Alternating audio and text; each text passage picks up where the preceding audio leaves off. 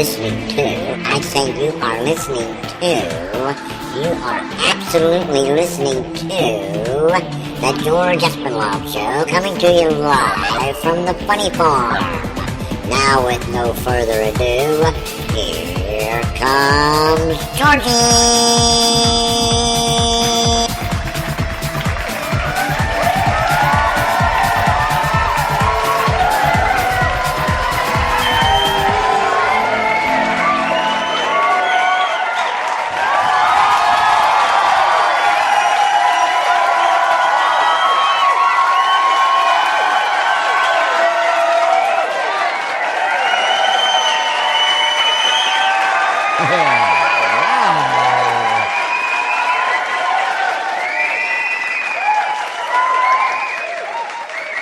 Yeah, that's what I say. Woo! Wow.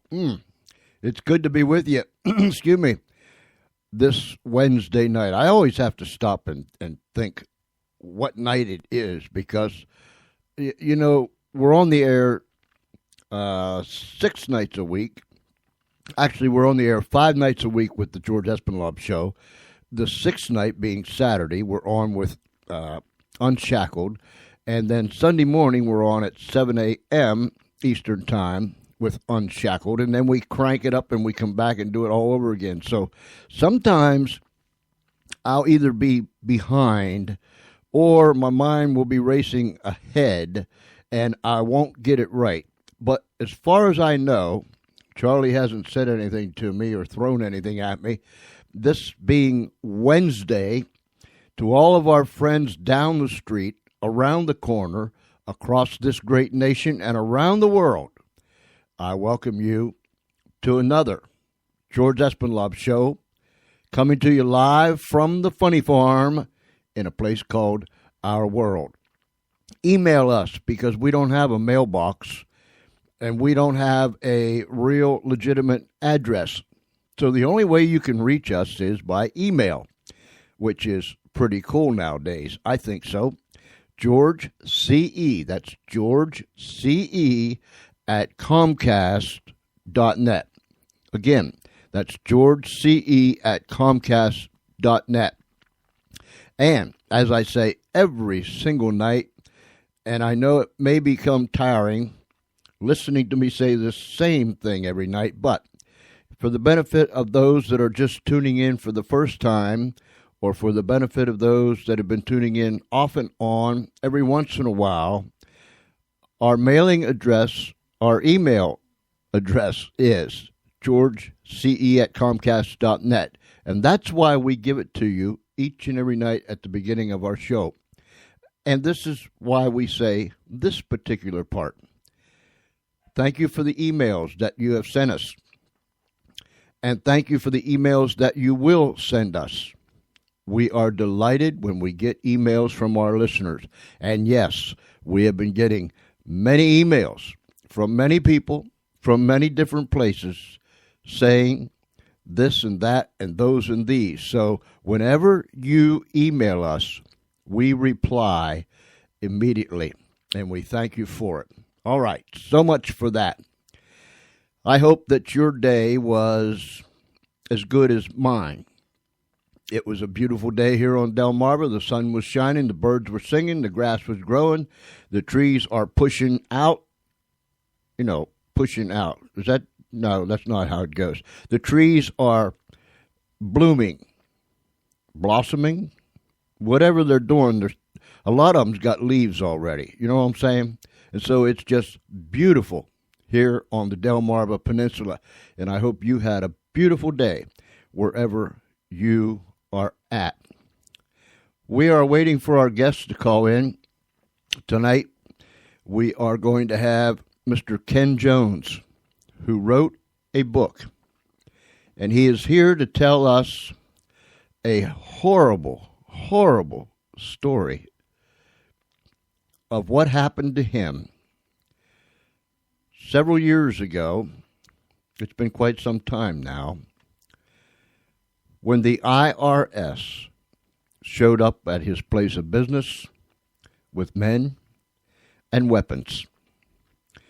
He'll be here, and he'll share with us what it was like, and how long it took, and the devastation that was caused, the havoc, the pain, the humiliation, all of those things that was brought about by the IRS coming down on Mr. Jones.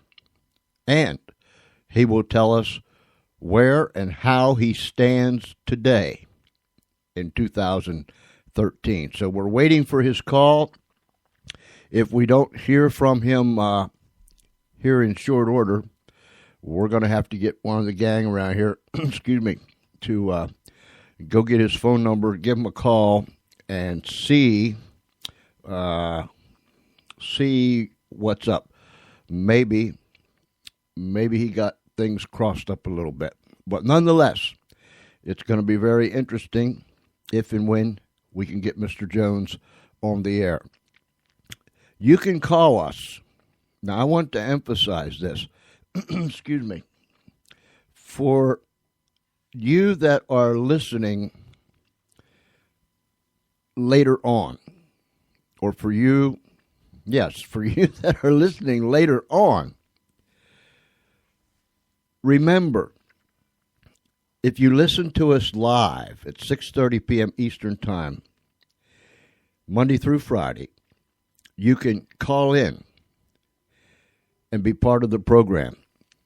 We have a Skype number, and the reason why we have a Skype number is for people that don't have Skype. They can call us on any calling device from anywhere in the world, and even from their home phone in the comfort of their home. That Skype number is 302-497-3414. If you have Skype, that is a Skype to Skype number. And Skype to Skype numbers, or Skype to Skype ID names, is free anywhere in the world.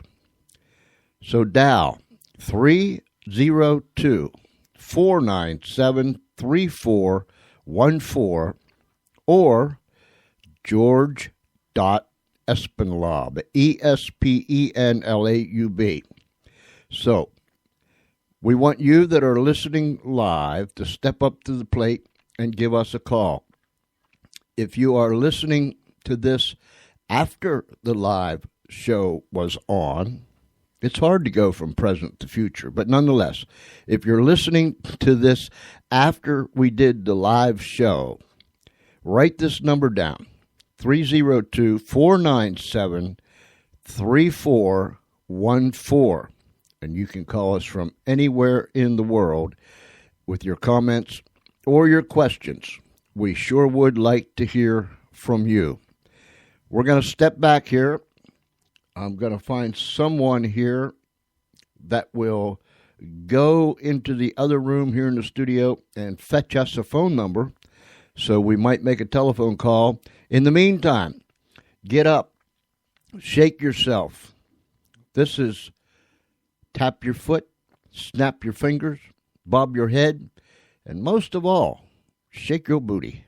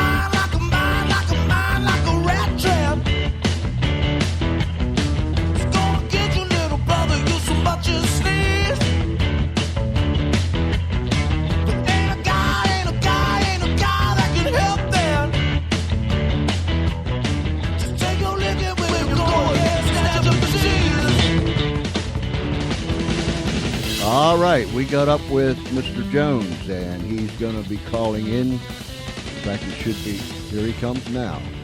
Hang in there with me, gang. We'll get this thing right. Good evening, Ken, and welcome to the George Espinlove Show. Thank you, George. Appreciate it.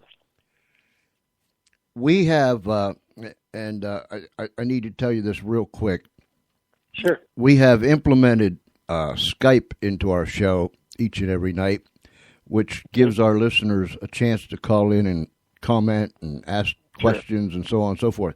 So when and if that happens while we're conversing, I will tell you that we're taking a call, because when I take their call, what it does is it automatically puts you on hold until I lift them up and put them where they're supposed to be, and then you, I, and that individual and the whole audience, we can all hear everybody all at the same time. Sure. Okay? That's fine. All right. I am so glad that you could take the time to be with us. You're welcome. I appreciate the opportunity. I have read your book, and it's one of those books, and I'm an avid reader.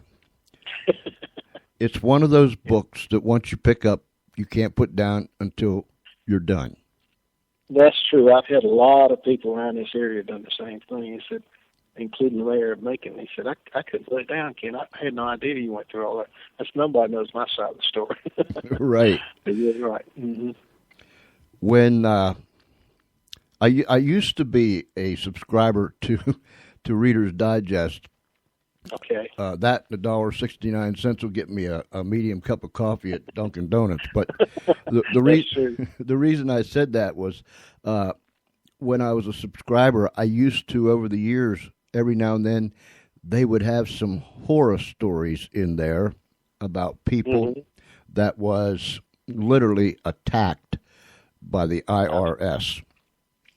Mm-hmm. And when I was reading your book today, when I was reading your book, I couldn't help but shudder, and I remembered prior stories that I've heard. But this one, I must say, is this one is it just takes the cake, if I can use that term. Okay. How is your excuse me? How is your health after all this? Well, that's one of the issues I lost when they took everything I owned in '86. I had 9 bypasses in '97, 5 bypasses in '06, and recently last year I had heart failure, and I had to put one of the LVADs in. It's all because of the IRS stress factor, to be honest with you. I was told that by a doctor because it's all over my body. But, I lost everything. They took everything I owned, my house, my cars, my businesses, and everything. And then my wife divorced me 6 months later. Married 23 years. That was a shocker. And then after that, I went to prison. For 18 months, I'd done it all. And, most people kill themselves. But I was determined to win, and because they really corrupt to the bone. They really, really are. People need to know that. And people own small businesses who they're attacking now because they have assets. So it's real important. Somebody owns a business, they need to have this book and read the culture of the IRS and what they will do to you. It don't matter if it's legal. It don't matter anything. It has nothing to do with it. It was illegal what they did to me, but they don't care. See, have you ever heard of an IRS agent going to jail?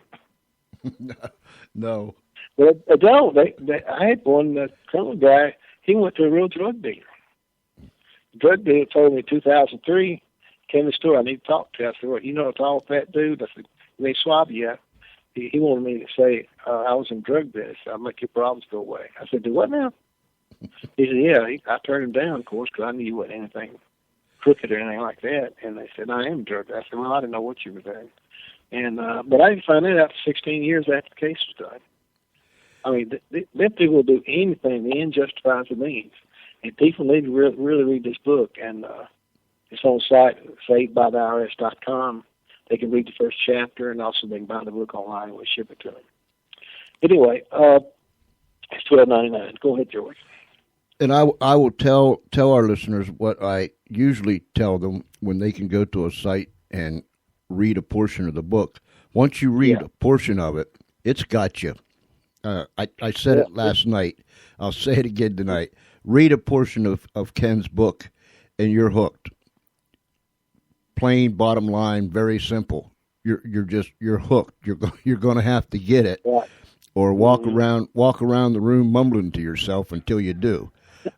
It is that good, and it's very riveting. It'll just keep you in your seat. It's just a fantastic read. Well, I've had a lot of people say that it's a good read. I never had anybody yet say they didn't like it. Everybody loved it, especially people around making it. Even when the IRS come on top of me and stole everything I had, they thought I was all bad, and they don't know the real story that I won the case and changed the IRS forever. But I wouldn't give up. I grew up very poor, George, very poor in Atlanta, in the poor section of Atlanta. 7 of us lived in 4 rooms. And I already lived at one time. I wasn't going back no matter what. I refused to give up. The secret of winning is never quitting. That's the same thing I made up. But I had a great lawyer, David Alter. He's unbelievable good. All he does is do high-profile cases and beat the IRS back with all the corruption I have. Yeah, go ahead. You know, when I was reading this, Ken, I was getting that feeling. I get those feelings when I'm involved in something, or I'm reading something, or whatever it is, because I know that something else is just down the road and it's going to be a And the reason why I say that is with this Obamacare that's being put together and all the other things, the IRS is going to run that puppy. I know that. And it's going to be even worse. Right now people just lollygagging along and la-di-da-di-da. But when this hammer falls down, this IRS, they're bad enough now. It's going to get worse, don't you think? By far, I stopped them 15 years, and they changed the words to parallel investigation, which is using the civil auditor. You not know the criminal guy in the background tell them what to do. So they call it parallel. They changed the words. I stopped the control referral program, which is actually, they investigated me for 4 years behind my back. I didn't have a clue until they came in and took everything on. I said, Ken? I said, yeah. And Mr. Castile, IRS, U.S. Marshals lined up like he's in military stance. And I said, what? He said, according to IRS, he owes $948,000. I said, do what now? I said, where did you get those figures? It doesn't matter. I said, really? So I pull over my drawer, my desk drawer, and I pull it up like it. And all the marshals pull guns, pulling him like a serial killer or something. I said, whoa, what's wrong with you? What are y'all doing? Well, you know you used to be a Atlanta policeman. You know you're very good at it, and also we know you got a gun. I said, what's that got to do with what I pull out the door? Well, we're worried about you. I said, what about me blowing my brains out? I said, no, we're more worried about you blowing our brains out. That's really happened. And I said, what? I said, I wouldn't do anything like that. I had a guy give me a piece and calm about it. I wasn't excited anyway. And I went out to Corvette and gave him my gun, and he took out the bullets. He said, okay. And marshals are going to shoot me. I really was. They thought I was a bad dude. I'm not a bad dude. I'm a good Christian man, but I don't know who told them that. Not a lot of rumors in a small town. But God, I cannot believe it. The only time I get really upset is my 18-year-old son that just graduated from military academy in Gainesville with honors. He came running. He said, Dad, then so-and-so stole my car. I said, don't worry, son. Anyway, that Swab, big old idiot, about 6'5", he grabbed his arm. I said, wait a minute, Swab. You can do anything you want to do. Don't you dare hurt my family anyway. You got that? He said, well, I consider it a threat. I said, no, it's not a threat, Swab. It's a promise. He looked away like it scared him. I said, I promise, Swab. I said, you do not hurt my family. You can do anything you want to me, but do not hurt my family. I consider that off bounds, okay? I don't know what y'all do, but it's off bounds. So he walked away, and meanwhile, they took my car. I had a Corvette and Lincoln at home, and they wouldn't give me nothing to ride home. I wound up getting a car Corvette that we owned way back in back, about 10 years old. I drove it home. I didn't have nothing. And they sold That is terrible, man. It's a nightmare. And they put yellow tape around your building and Oh yeah. They did all that the first 30 minutes, and they started doing the inventory. And where's all your money? I said, okay. He said, let's go to the safe deposit box. I said, I don't have any cash there. He said, don't matter. I said, okay, whatever. So we went over there, and of course, all the bank people knew what they'd already done. They stole $100,000 cash out of my bank account and left me with no money. And they opened. I said, "Where's the cash?" I said, "I told you, I don't. What's this going?" And they belonged to the wife's brother that died 6 years ago. I said, "Please don't take those. It had nothing to do with the case. It's only $500." "Oh, we're going to take them anyway." I said, "Really?" I said, "You don't wish people. I mean, he died." And give that to Grace, and it's not right for you to take them. That's nothing to do with anything. He said, we're going to take, okay, whatever. So anyway, they went back in the office, and the IRS guy, he took the damn stamps out of my desk. Stamps. Put it in his pocket. I said, what are you doing? Yeah, I'm taking the stamps. I said, what? I said, what's wrong with you people? You got to strip me of everything and all this news and like the bad guy. I said, I'm not all that bad, and that under nothing what you talked about, but you won't figure that out 2 years later when I beat you. You'll be, oh yeah, yeah, I have no doubt. I'll beat you. He said, you think so? I said, I know so. So he said, oh, I will say. I said, you're right. About 5 years from now, you're gonna be eating crow, and I did exactly what I promised. Your stores were doing quite well at the time, right? Yeah, we were doing real good. It dropped like a rock when they put me in prison, Maxwell Air Force Base, same place. Charles Coason and John Mitchell was at. It's kind of a camp. It's minimum security. You can walk out anytime you want to. Anyway, I worked on the base out by assignments, and I really enjoyed it. They treated me like a real person out there. The Air Force people were real nice to me. But them jerks and guards, what they call them, hacks, they were dumb. I mean, dumb. That was the hardest thing to get over. Them people being my boss, and they're so stupid. It really was. I'll go in detail about that, but anyway, that's what come of that thing, and I went there and I dropped from 2.2 million to 1.1 million in just 18 months. So my brother's not like I am; he's not built like I am. So I got back and got out of prison 18 months later, and the stores was a nightmare. I mean, I couldn't believe it how bad they did, but I was the one that had to pull it up and do the right thing. And that's what I did. I had to go work real hard. But first year was real hard. See, you go in a prison camp, you kind of get like being a zombie, to be honest with you. When you get out, you don't know what to do. You're scared they're going to come get you and all that kind of stuff. So, and then they give you 5 years probation. We talk to them every month, come in, whatever. And anyway, that was the story. And the big thing is that my sister, Gail, in Douglasville, she went to Judge Fitzpatrick, and he said, she started telling her, crying, and I said, don't worry, hon, I'll see what I can do. She cried, and she walked out the door. She said, Kenneth, I saw 20 of the best looking men I ever seen in my life. And I had tears all over me, mascara and everything. So anyway, because she did that, and I was found about it, they went after her, my own personal family. And the first thing they asked Gail in 91, he said, is Ken Jones your brother? She said, yeah, why? He said, okay, you owe us $5,000.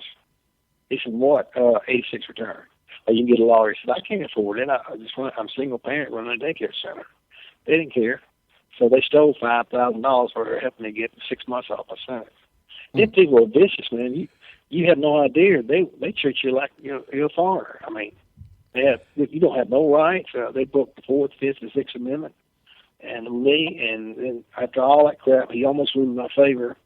And, I mean, but we did win a lot of money back, each some money, but anyway, he said he wasn't nothing. I said, really? David said, that ain't right. I said, I know that ain't right, but what are you going to do? They get paid by the federal government just like the IRS. But that's really what happened. It's a hell of a story. Really, it's the power of God in my life against what I call the forces of evil, the IRS. And that's amazing. God was with me the whole time, and I didn't realize how much God had helped me over the years. But anyway, that's really what it's all about, because I turned it over to God. I couldn't handle it myself. And he helped me the whole time and get back in. And I got a huge refund at 93. I stopped the IRS law control referral program. So I did a lot of damage to them. I did exactly what I promised. They were shocked that I won the case. Now, he didn't rule in my favor on the amendments, because the reason he didn't is 7-1 case. they would have to give all the money back. So that's why. So the result of that, I got screwed anyway. So that's the bottom line. And you never denied that you did owe them some money. No, I never said I did anything. I didn't do anything. I never denied anything. Mm-hmm.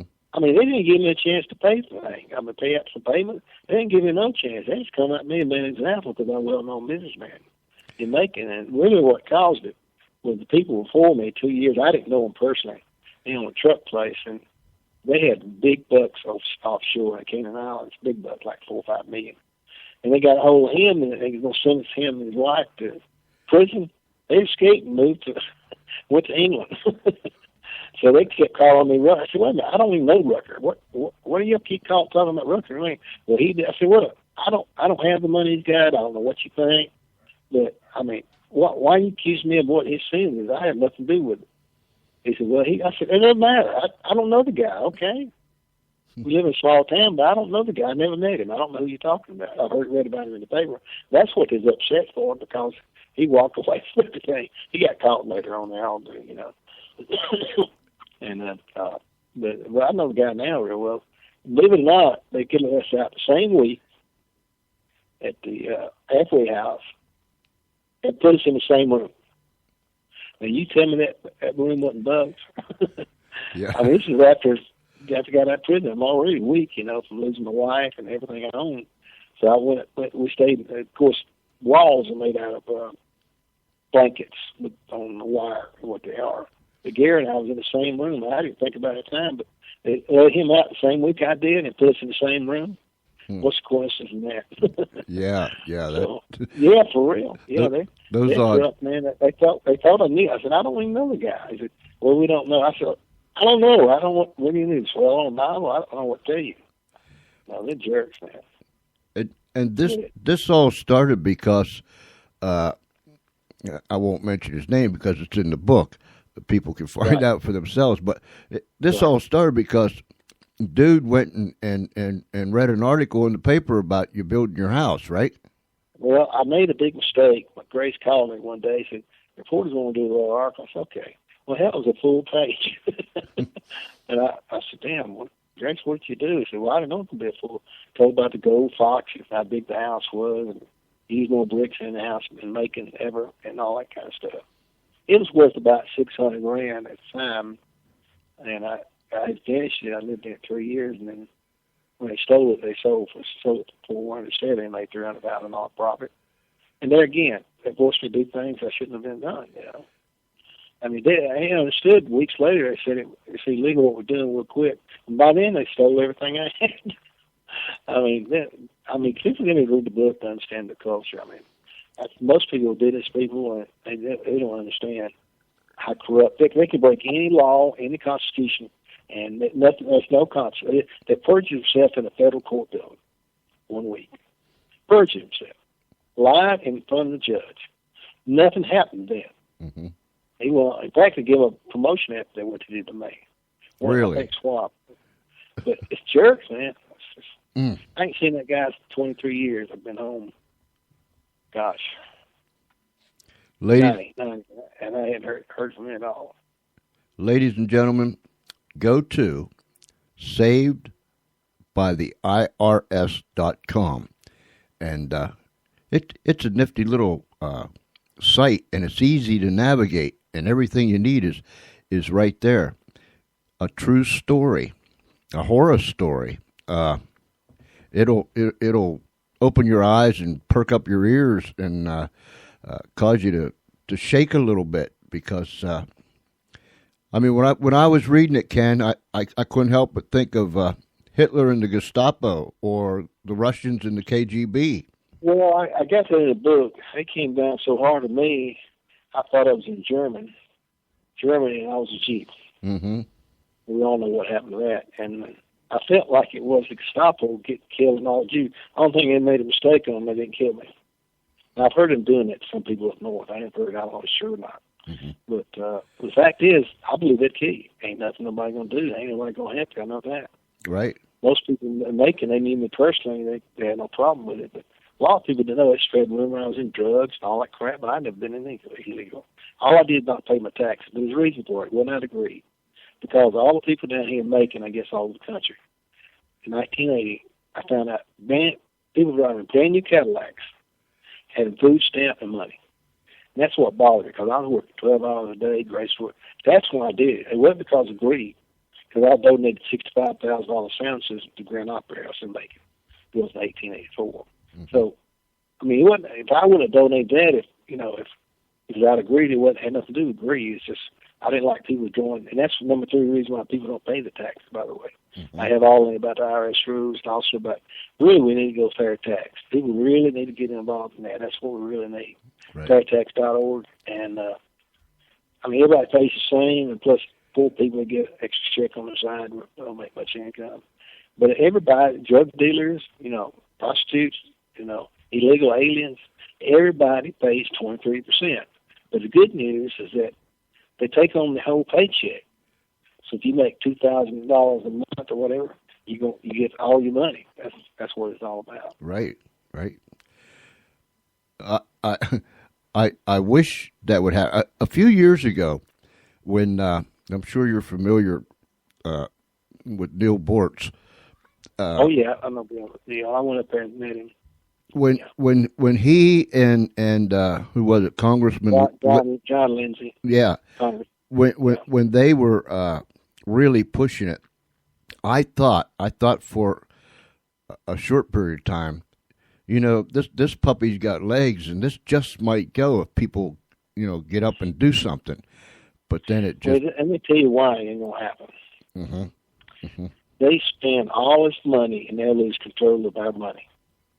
That's why it's not going to happen. Right. And they're talking about a flat tax 20.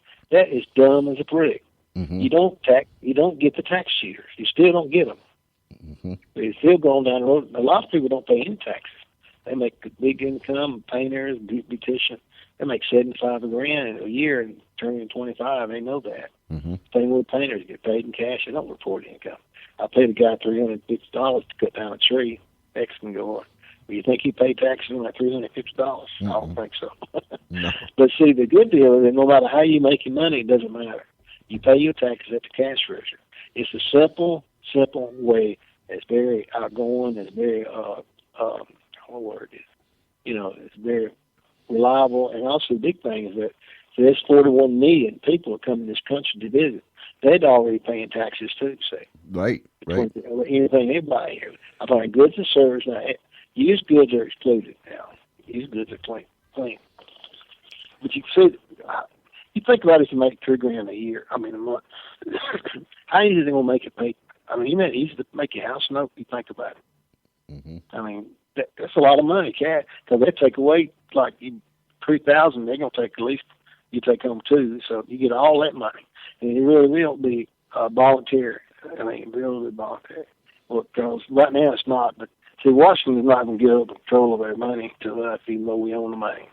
Because they're spending more than we, and Obamacare is going to be, I think it'll go away next year when everybody's premium goes up 40%, even all these liberals, or what you want to call them. Uh-huh. They're going and conservatives, everybody, when they premiums go up 40% next year, it's going to be history. I'll tell you that. Yeah. That's what they're predicting now. It's going to be up 40. Then everybody understand, it's costing more. I said, no joke. Plus, we got a lot of hidden fines in there and all kinds of hidden stuff. And Pelosi, when she said, well, let's throw it in and see what's in it. That's so stupid. Yeah. She's stupid. She's stupid. And she's taking an airplane by herself all the way there to California.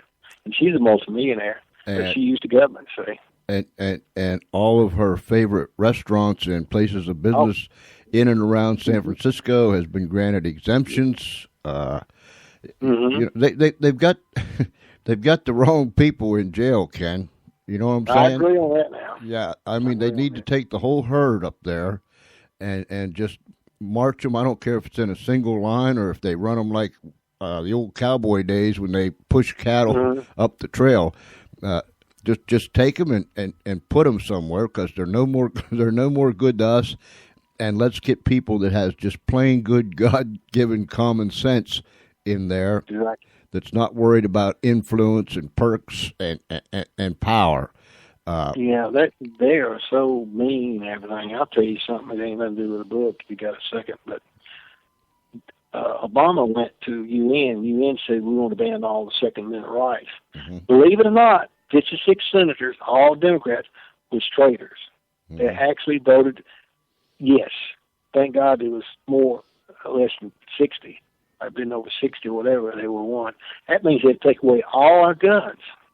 Right. We're going like a World War gun. That means the UN's going to tell us what to do with our guns. Uh-huh.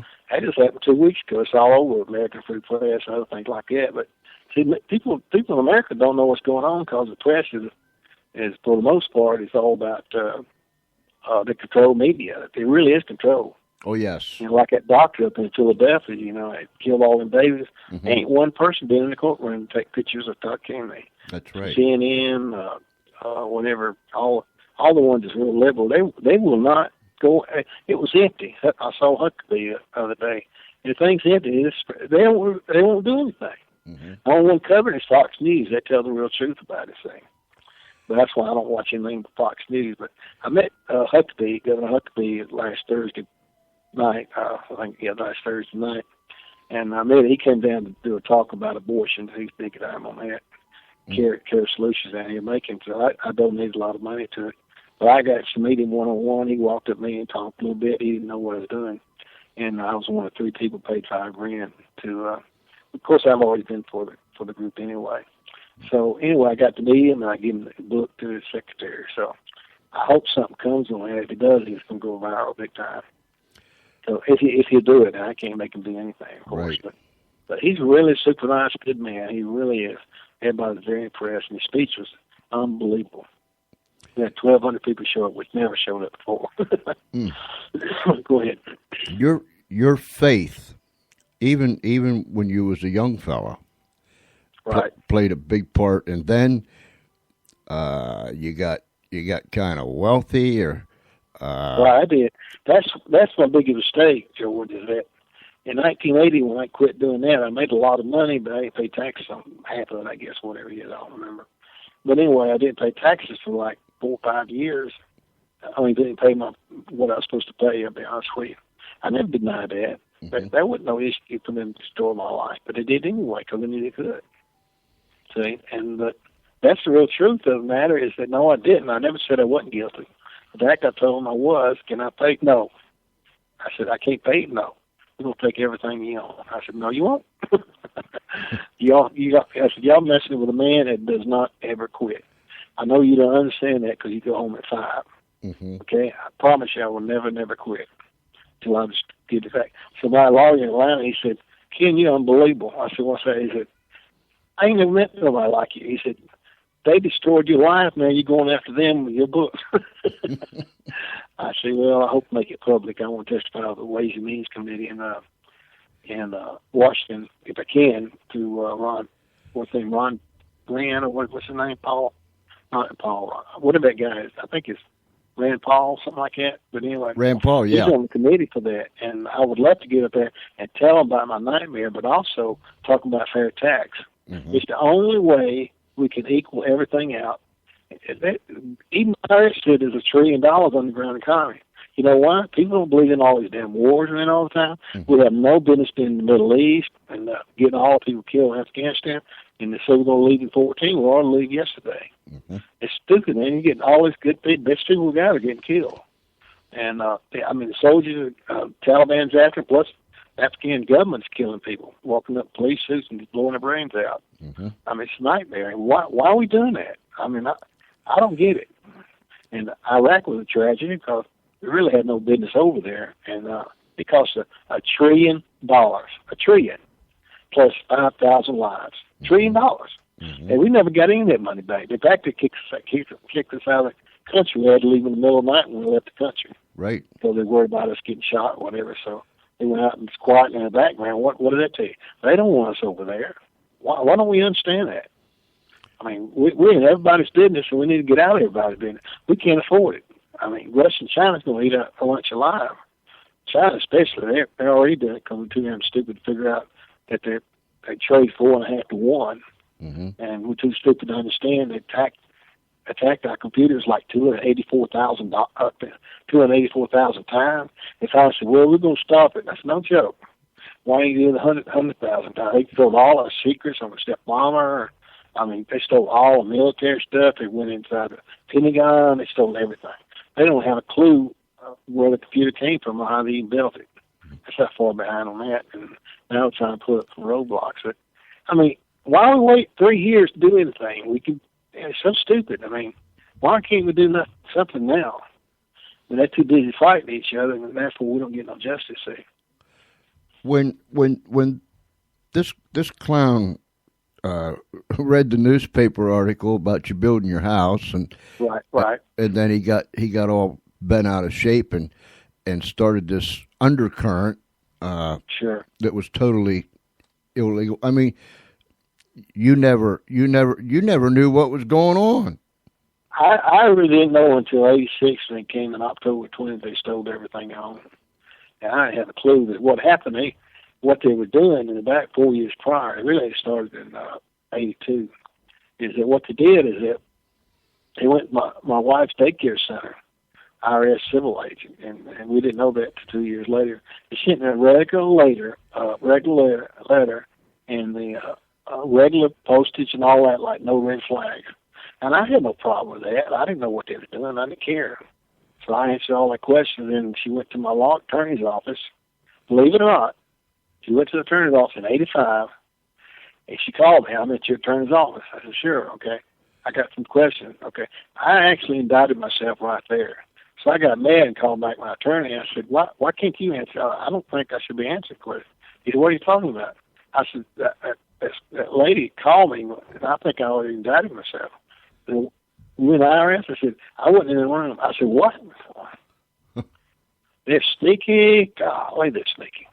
So anyway, that was a big deal when I finally went to court with them, and that's how one reason we won that civil case. They thought they was going to kill me. They did everything. They put leg irons on me, went to Atlanta and do my trial, civil thing, and leg irons and all that. And I asked the guy driving the truck, guy next to me said he robbed a bank. I said, well, I don't rob banks. And he said, I said, why you got J.K. Jones in there as the leg guy? I said, I live in a camp. I could walk out. The IRS told us to. I said, really? I mean, them guys did not quit. So it only made me stronger. I mean, honestly, I was being more determined there. I said, someday I'll get out of this man, and I'm going to make them pay the price. When I write the book, it's all about them paying the price. And I'm going to do to them what they did to me. I'm going to do everything in the world to destroy them people. They're corrupt. They're bad. They're bad for Americans. They don't respect any rights or nothing. You don't have anything. You do it, you go to jail in a heartbeat. See. You know what amazed me is this guy didn't know you, right? I think he was jealous of me, to be honest with you. I don't know what he had a grudge for me, but he acted like he hated my guts. I won't find him. Someday he still lives in Macon. He's retired. I'm going to find that guy. I said, what did you have against me? I don't quite understand why you, I'm going to meet him. I'm going to meet him one day. I'm going to meet him. He works for a good Superior Court judge, a friend of mine. So he works for him now, I think. And so I'm going to find out from Howard. I got his cell phone. How did I meet Swab? I'm going to need to ask him just one question. I ain't going to say anything bad. I just need to answer one question. That question I want to ask Swab: why did you destroy my life? Why did you do so many vicious things and lie about me? Why? Did you ever meet him? You'll have to answer that to God one day. Did you ever meet him prior to him? No, I didn't even know who he was really until I'd heard of him, but I didn't know who he was. And anyway, he was in there when they took everything on. He was smiling. I told him right there, I said, you can smile all you want to, Swab. I'm going to nail you people. He said, what? I'm going to nail you people. You people are corrupt to the bone, and I don't tell the world, okay? When it be my time, I don't take my time. But y'all not going to win this case because y'all are so corrupt. Oh, you see? I said, yeah. I promise you. You believe it, it'll be years down the road, but I will win eventually. You know why? He said, right, because right is on my side. I still believe in God. I believe in right is on my side.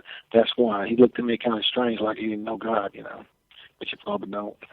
When the judge sentenced you and they led you out of the courtroom, he had that smile or smirk or whatever it's called. Yeah, what happened is that, my lawyer, my criminal lawyer was an idiot, and he said, look, you only get 4 months. I said, wait a minute, wait a minute, Charles, 4 months. I said, what are you talking about? He said, you're a model citizen. You ain't never done anything wrong. I said, no, I went to a high-profile lawyer in Atlanta. He said, going to get 3 years because of the money factor. He said, because the IRS, nobody's going to believe what you're saying, even though they may be wrong.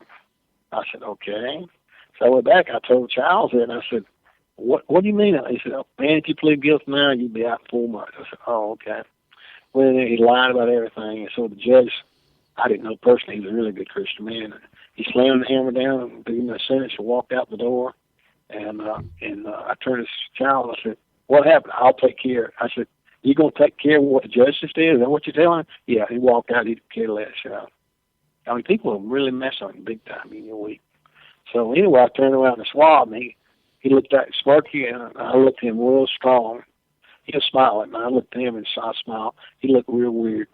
he had no idea what kind of man I made up. They've never met a person like me at the IRS. Mm. Most people are scared of him. I'm not scared of him. I just know what they're all about. My wife was terrified when if he took everything, she went down the road, she had a car following her all the time. She's terrified. I said, don't be scared of them people. They're damn crooks anyway. Yeah, but I'm scared. I said, okay, whatever. So I drove everywhere I wanted. I didn't go by the stores, of course, until the judge gave them back to me a month later. The judge asked one simple question they couldn't answer. Well, you done this drastic action now. Who authorized this drastic action? Oh, we don't know. Somebody in Washington. Oh. Well, how can Mr. Jones pay his taxes if we don't have a business? They didn't have an answer for that. Because that was common sense. And they didn't say a word. He said, I'm going to give Mr. Jones a chance to take his business back and pay you taxes, whatever he owes. That's not my business. And I said, oh, that's good. So, man, they got upset big time. They thought they were going to steal everything. And then the swap went by, and he came, believe it or not, I got things that people don't know, but he came by our house one night after my wife divorced me, and I was depressed. Mm-hmm. 7 months later, I rented a house, nice house. While I was there, he came out at 7:30. He said, does Michael pay you any money? I said, Michael, what are you talking about? He said, does he pay any money to you, like $20 a week for board? I said, no, not my son. I would never do that to my son. He said, he got real mad and walked off. There's a law, okay, on the books for the IRS. If you get any kind of other income from anywhere, if they can prove it, they sell you your stores, your business, everything you got. Even just $20 a week. Did you know that? No, he was looking for another reason to get in there and shut you down, right? Well, he wanted to sell my stores where I wouldn't have any opportunity at all. Uh-huh. And I just knew God was on my side, and I eventually would win. But I mean, I didn't know when. I didn't take years because the IRS is slow. The government's slow about everything, whatever they're doing. Other wars like go to war for everybody for some reason. I don't know why. But that's really what's going on. I got 4 things, my articles in the book. It tells you 4 reasons people don't pay their taxes. Yeah. That's the number 2 reason. Number 3 reason is what I'm all about. You think people are not getting free money for no reason at all and actually lying about it. All you got to do is tell a lie and sign the paper, and they get up in Georgia. And the feds, they give you all the money you want, all housing, and all that crap, Section 8.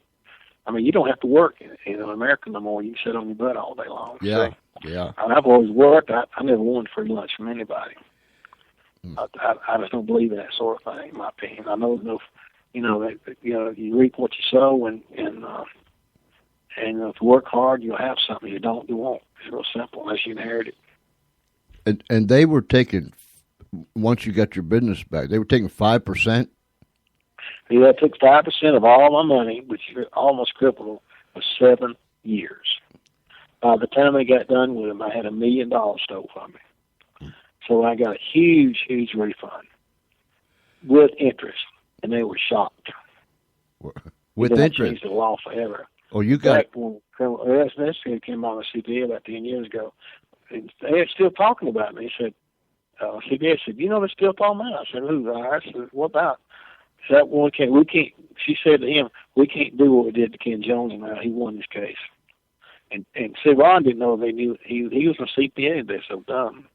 He told me about it. I couldn't believe they're still talking about it all these years gone by. I said, call up, pick their butt. I said, they're corrupt, Ron. And so anyway, I'd give the book to several of my friends. They can't believe it either. But if I can go national with it, that's the whole key.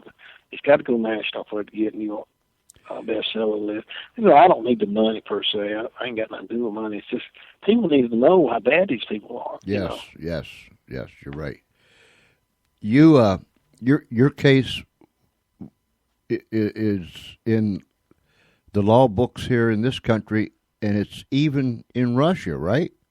Yeah, it's if you Google my name, James Kenneth Jones, you'll see some of the correct. They didn't have all the corruption involved, but had all in there. And how even judges told them, y'all don't need to do this to the taxpayer. In fact, we need to have a law where you can't do this to a taxpayer where you mistreat, especially going to my top. That's what they got upset about it. We didn't know about the drug deal at the time, but they got to actually got to the.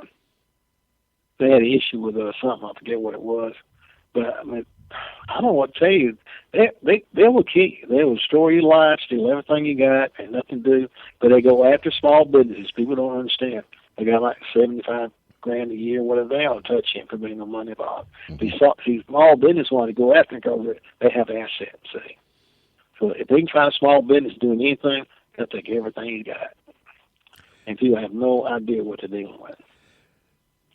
They break any law they want to. Constitutional rights mean nothing to them. You don't have any rights. There's been many people that have committed suicide because the IRS came down. Well, I got an example in the book, Joe, which is about this pilot. And I looked at it online. I read what it said. Of course, they said it the wrong reason, but he'd been fooling the damn people for 10 years. They took all his assets, like savings account and retirement account, everything like that. Finally, he just got. I said, I can't. He said exact words is, "I can't deal with this anymore. I'm sure I'm not the first one to do this." He got in his private little plane and flew it into IRS headquarters in Texas. Mm-hmm. And of course, the government, they made it like he's crazy. He wasn't crazy. In fact, the online thing, he said friends thought it was normal in every respect. But see, you go to a certain point, George, and you can't take no more. People kill themselves, or they try to kill an IRS person. No joke. It really happens. Mm. And but normally they kill themselves trying to kill. He only killed one IRS agent, but I mean it's still bad because the families will suffer forever. And of course, he killed himself back, by flying his plane into a building, each building. But he hit the IRS right on the he flew right beside the thing, and nobody got hurt. One person got killed, other than that, I don't think anything else happened. But he lost his life over it because they would never settle a case. He had assets. That's what I'm trying to tell you. That's why. So is yours all done? I mean, Oh yeah. When I got that huge refund in '93, they came back in '92. They came back in late '93 and did an audit, and they come up zero. They came back in '96, and I said, "We're gonna do whatever. You do whatever you want to." I give my attorney, my CPA, so they worked for 6 months on it. And the idiot come back to me and said, "Well, Ken," I said, "Yeah, we want to know about your business in Talbotton, Georgia." I said, "What?" "You must have a farm or something out there, a hunting line." I said, why don't you understand I'm smart and I work hard? Y'all don't understand people like me. All business owners work very hard to have something in life, like 12 hours a day for years and all that sort of thing. But y'all don't get it, do you?" He said, "Well, we know." Wait a minute. Okay, you did. We tapped your phone for 6 months, and we know you called Talbot. I said, "I'm going to surprise you with something." I asked the CPA, I said, "Is that true?" He said, "Yeah." I said, "You're fired." I fired you on the spot. I turned around and said, "All right, I'm going to embarrass you, okay? And you go back and tell that damn swab that too." I said, "On that side of Lake Tobasaki, it's Reynolds Phone Company. It's not Southern Bell, okay?" Now, the headquarters, guess where the headquarters is? Give me a clue. Talbotton, Georgia, okay? Check it out. You're going to be embarrassed about answering. They said, "We owe $6,000, pay health insurance $6,000. I said, "I can't buy myself health care. You buy your employer." I said, "That's a stupid law." I said, "Okay, just send me a bill and I'll pay you taxes. Whatever you want, I don't care." And they said zero. They came back and said they don't want to screw with me no more. Now I haven't heard from them in like 17 years. Anything. They left me alone because I beat them pretty bad. And this book kind of isolates me. They said people were worried about me being coming to the IRS. I said, "I'm not worried about them either. I'm not doing nothing, number one. And number two, is they don't waste time out TV commentator. They said, Kenny Burgundy down here in Lincoln Fox Channel. He does a live show, and I was on TV with him. And he said, Ken, I could not put that book down. It's unbelievable what they did, and unbelievable how you got out of it. And I said, yeah. He said, I've read it for an hour and a half. I could not let go of that book. Mm-hmm. I said, good. He said, he recommended everybody, everything like that, but he really didn't go anywhere. I don't think many people watch the show. But anyway, that's the long story of it. Tap my phone, didn't tell me anything, I'm embarrassed like that. I was so embarrassed to even ask for the money on the health insurance. He even asked for that. I said, whatever, just give me a bill and I'll pay it and get rid of these people. I told him that. I said, man, go back and tell the swab that, okay? He said, he is corrupt to the bone. You think so? I said, I know he is. I don't know, maybe you are too. I don't know. I know how you people act. You destroy people's lives. I do know that. You go back and tell Swab, okay? Because I did win my case. You did? I said, sure. I told Swab that. Saved by the IRS. If I wanted all of it, I'd have to give back my $1 million they stole from me. SavedByTheIRS.com. Go there, ladies and gentlemen, boys and girls, friends, Romans, and countrymen. Whoever's listening to us, go there, SavedByTheIRS.com, and get the book. When you go there, you can read a portion of it. And once you read it, it's got you. Then you're going to have to get the book. A true story, Saved by the IRS by Ken Jones. Ken, I thank you, sir, for your courage. I thank you for bouncing back. I thank you for writing this book because, like you said, America needs to know what's going on. That's so true. And most people have fear. So their greatest weapon is fear. Mm-hmm. Mm-hmm. Most people are afraid of them. I'm not afraid of them. But most people, I don't fear anybody or anything because I was abused by my daddy when I was a little boy. That taught me a lesson that I couldn't be afraid of nobody. I had to be stronger than him. So that's where I got to be so strong. Oh, let me tell you, you got any more minute? Sure. I want to tell you one thing that happened for real. You don't believe in God? I got proof there is a God. I was manager of Gulf Light the year before he started Kent. And my daddy had a heart attack, and he wanted to see me. He was crying, which I never seen him cry. He moved to Macon to be close to me, but I didn't have much to do with him.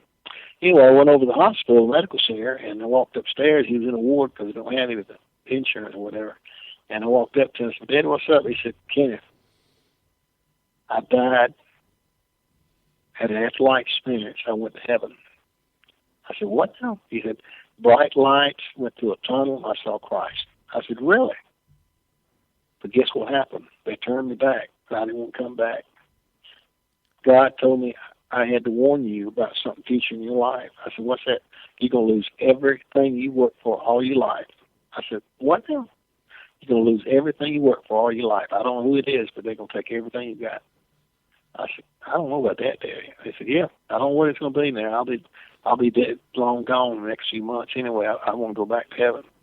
So that really happened. There is a God. And so, sure enough, I forgot all about it until 89. I was in prison camp.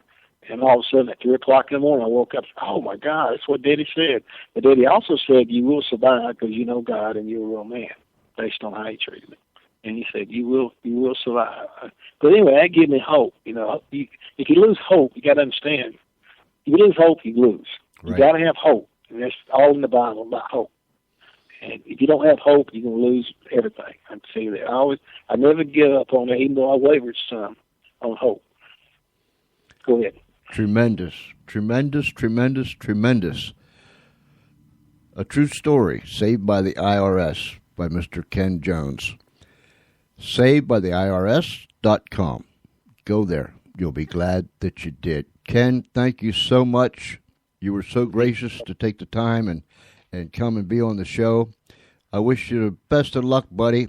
Thank you very much. I appreciate you very kindly. The best. Next time I'm in the RV and coming to your town over there, we'll stop off and meet you. Yeah, I sure would like that. Yeah. We got an RV coming.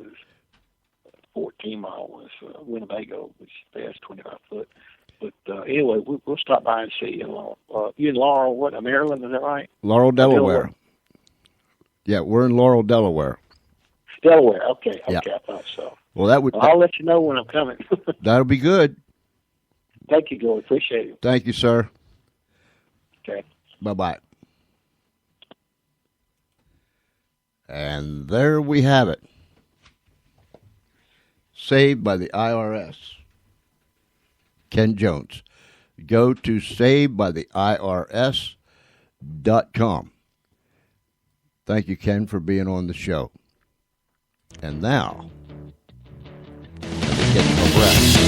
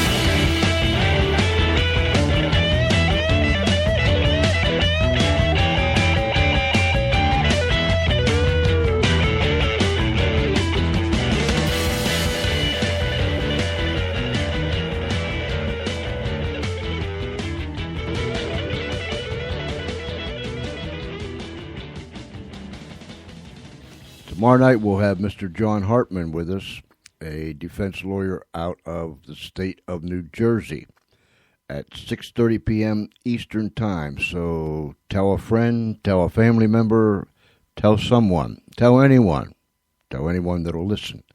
6:30 p.m. tomorrow night, Mr. John Hartman. And then on Friday night, we'll have Dr. Steve Wise with us, and he will be live from London. And he is, what is it, Charlie? 5 hours difference than us. So when we go on the air at 6:30 p.m. Eastern Time here, it'll be 11:30 there in London. I think you will really, really like what Dr. Wise has to say. So he'll be with us Friday night, live from London. We're looking forward to that. We're going to scoot out of here early tonight. There are some things that we must take care of, and I hope you understand that. If you would be so gracious as to make sure you pass the word that we now have a call-in number, 302-497-3414. We sure would appreciate it. Pass the word. That's a Skype number, so you can call Skype to Skype anywhere from anywhere in the world. You can use any calling device, 302-497-3414. You can call us from your cell phone. You can call us from the comfort of your home, if so be. So, 302-497-3414. In closing tonight, we thank Mr. Ken Jones for being with us. Saved by the IRS, a true story. Go to savedbytheirs.com, and there you can read a portion of the book. It'll hook you. It'll get you. It is a horror story of what happened when the IRS showed up at his place of business with men and weapons and stripped him and took everything that he owned. But he fought back and he won the battle. So you can read all about it. SavedByTheIRS.com. We're going to duck out of here. I see the caboose coming. Charlie, he's over there pointing at his watch because we have an appointment. All right, Charlie. All right, we got you. We got you. My mind is racing. I'm thinking ahead. We thank you. We thank you for tuning in tonight. Thanks for hanging with us. Remember, there's a whole lot of love that's coming to you from the Funny Farm. Wherever you're at, if it's nighttime, you have a good night. If it's already tomorrow, you have a great day. But regardless of where you're at and what it is, till tomorrow night, same time, same station, 6:30 p.m. Eastern Time, right here on Spreaker.com, where we'll have Mr. John Hartman live and in the chair. And so until tomorrow night, ladies and gentlemen, boys and girls, friends, Romans, and countrymen, thanks for tuning in. Stay safe. Be kind one to another. God bless you. And good night, everybody.